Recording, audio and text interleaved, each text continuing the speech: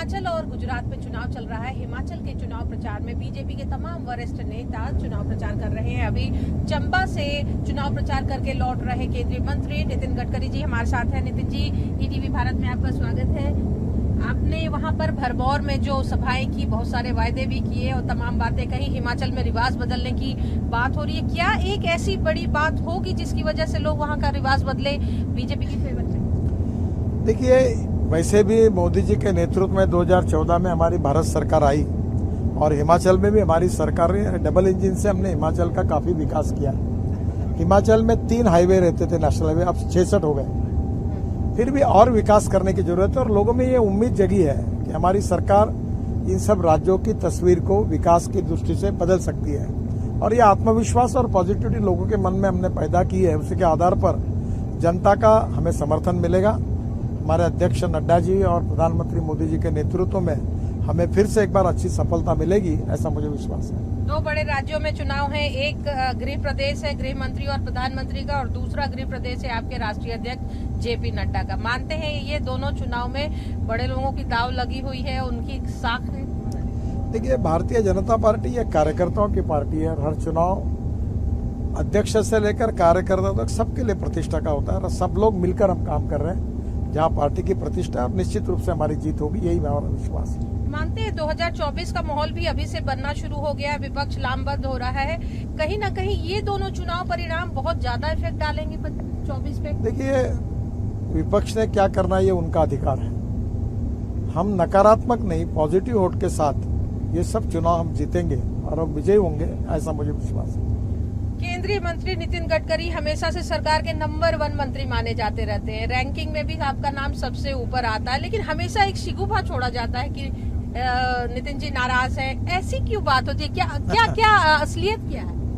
देखिए, मैं कभी नाराज नहीं हूँ और न कभी नाराज रहता हूँ। मैं कन्विक्शन के लिए काम करता हूँ। भारतीय जनता पार्टी का कार्यकर्ता होना ही मेरा बहुत बड़ा बहुमान है। मुझे एक बात का दुख जरूर है कि मीडिया के कुछ लोग लगातार, मैंने एक भी बार ऐसी बात कही नहीं है जो आपने छापी गलत तरीके से, जानबूझकर तोड़ मरोड़ कर एक ने पहले छापना अपने वेबसाइट पर, फिर बाकी लोगों ने उसको न्यूज बनाकर छापना, ये जो तरीका है, ये मैं तो ये लोकतंत्र का समर्थक होने के नाते आपके गलत लिखने के भी अधिकार को मानता हूं, पर मैं ये बात इसलिए कहूंगा, इससे क्रेडिबिलिटी खराब होगी। मेरे कोई भी भाषणों को जो भी वो सुन ले, जो मैंने कहा नहीं वो मेरे मुंह पे डालकर छपा जाता है और बाद में उसके ऊपर कार्यक्रम करते हैं। मैं नाराज हूं।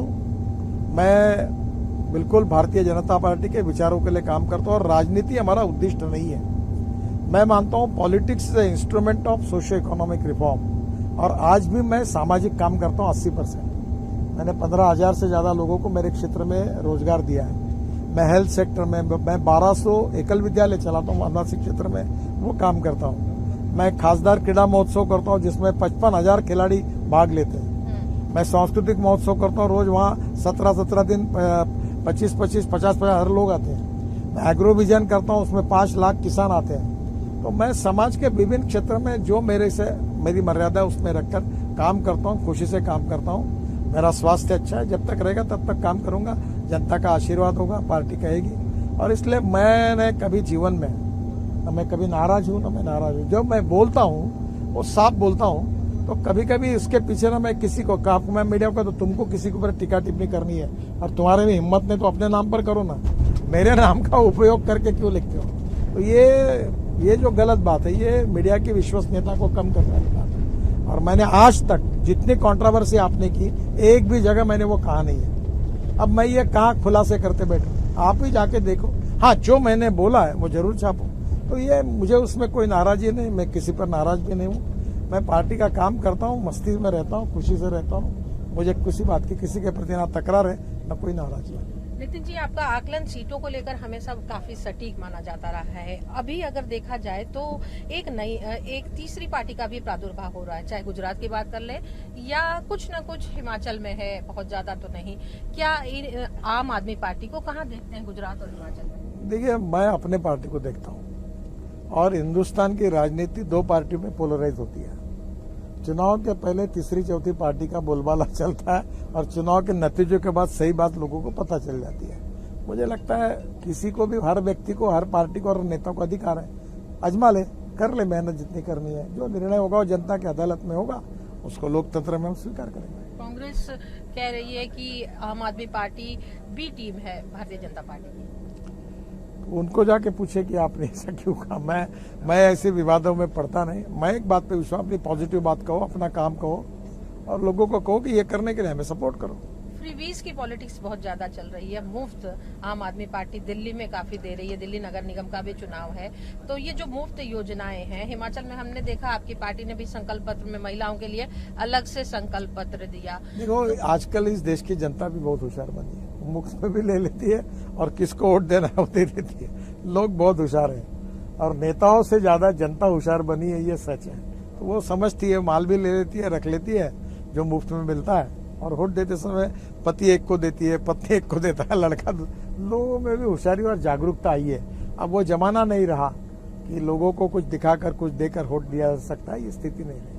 नितिन जी, एक सवाल है, आपका मंत्रालय काफी कुछ कर रहा है, सड़क, हाईवे, रोड, यहाँ तक कि सारे चुनाव में इन उपलब्धियों को गिनाया जाता है, लेकिन हाल में कुछ हाईवेज में या कुछ सड़कों में ऐसी आई अनियमितता, जो सड़क धंस गई, हाईवेज टूट गया, पुल टूट गया, इन तमाम बातों को लेकर कांग्रेस इन फोटोग्राफ्स को, वीडियो को वायरल करती रही और उनका कहना है जल्दबाजी में काम, भ्रष्टाचार हो रहा है, या इस तरह के भी आरोप लगाए। देखिए, अभी तक मैं 8 साल में काम कर रहा हूँ, 50 लाख करोड़ के काम मेरे डिपार्टमेंट में हो चुके हैं। मैंने शिपिंग, पोर्ट्स, वाटर रिसोर्सेस और रोड सेक्टर में। एक भी कोई कॉन्ट्रैक्टर होगा ऐसा आपको मिलता है कि जिसको लगता है कि जो कभी मंत्री के पास पहुंचा और उसको ऑर्डर लेने के लिए आना पड़ा, तो आप बोल दीजिए।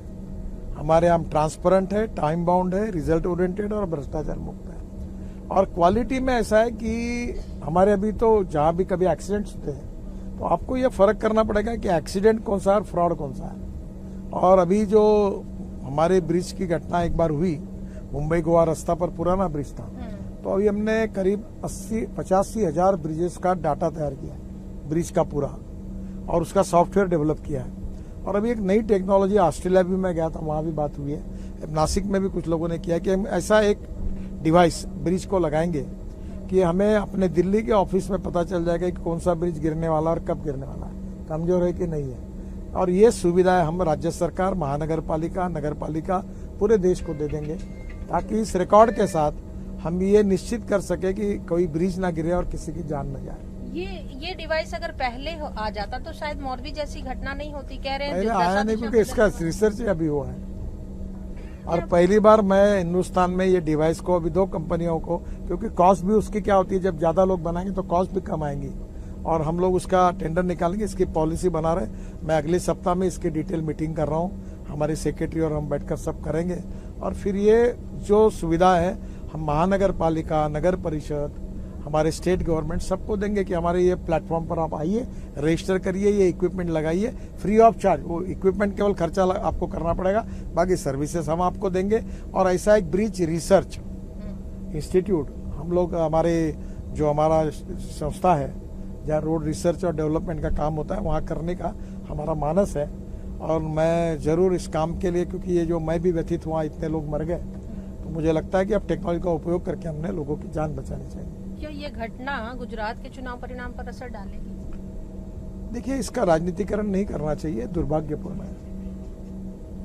नितिन जी, इतना काम करने के बावजूद भी मंत्रालय इतने कहा जाता है कि नंबर 1 मंत्री अगर केंद्र सरकार में कहा जाए नितिन गडकरी हैं, फिर जो पार्टी की सबसे सर्वोच्च संस्था है जो निर्णय लेती है, नीति निर्णय लेती है, वहां से कहीं ना कहीं आपका इस बार ही मिसिंग होना, उसमें बातें बनती हैं, पार्लियामेंट्री बोर्ड की बातें कर रही हो। ये सब बातें आप नड्डा जी का इंटरव्यू लेंगे तो उनको पूछिए, वो पार्टी के अध्यक्ष है, वही बता पाएंगे।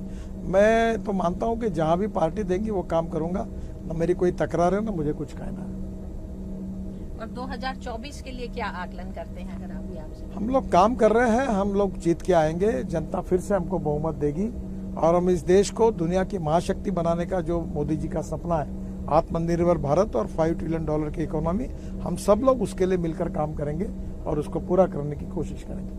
राहुल गांधी भारत जोड़ो यात्रा कर रहे हैं, इसका कुछ असर होगा 2024 के चुनाव में? जिनको जो करना है करने दो, हमारा पॉजिटिव काम हम करते रहेंगे। गुजरात में किससे चुनाव आप मान रहे हैं, आम आदमी पार्टी से या कांग्रेस से? हम पॉजिटिव वोट पे चुनाव लड़ रहे हैं, हम चुनाव जीतेंगे, इतना मैं कहना चाहता हूँ। धन्यवाद। धन्यवाद ईटीवी भारत से बात करने के लिए। तो ये थे केंद्रीय मंत्री नितिन गडकरी जी, जिनका कहना है कि हम नेगेटिव थॉट से चुनाव नहीं लड़ते, हम अपनी उपलब्धियां बता रहे हैं और उनका आकलन है कि दोनों ही राज्यों में जो चुनाव चल रहे हैं उसमें काफी अच्छी सीटें भाजपा की आएगी। वीडियो जर्नलिस्ट संजय के साथ अनामिका रत्ना।